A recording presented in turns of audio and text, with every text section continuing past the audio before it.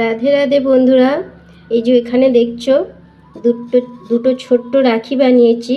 আর সেটা বানিয়েছি হচ্ছে, এখানে আছে তুলসী পাতা, সাদা টগর ফুল, আর এটা যে ঘাস ফুলের মতো যে ফুলটা হয় সেই ফুল।